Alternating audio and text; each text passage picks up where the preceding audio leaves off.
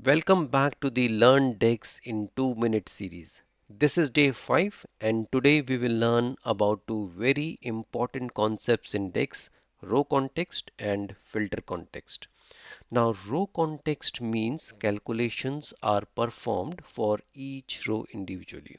I have already imported the data. For example, if we create a calculated column, type unit cost equals to select total cost divided by quantity. So here Power BI automatically applies the formula to each row separately, and that is row context.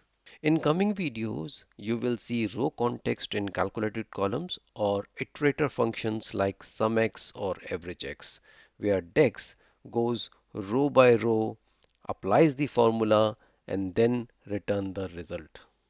Now, filter context is a set of filters applied to the data before doing any calculation. The easiest way to understand this by thinking of an Excel pivot table. In a pivot table, when you drag category to columns, reason to rows, and sales to values, Excel automatically filters the data to show only the relevant subset. For example, sales of furniture in South region. And that's exactly what filter context do in DEX.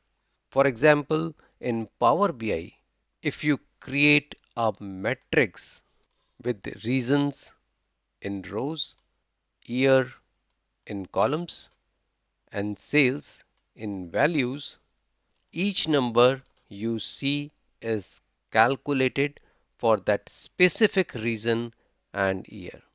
If you have still any questions, please share in comment section.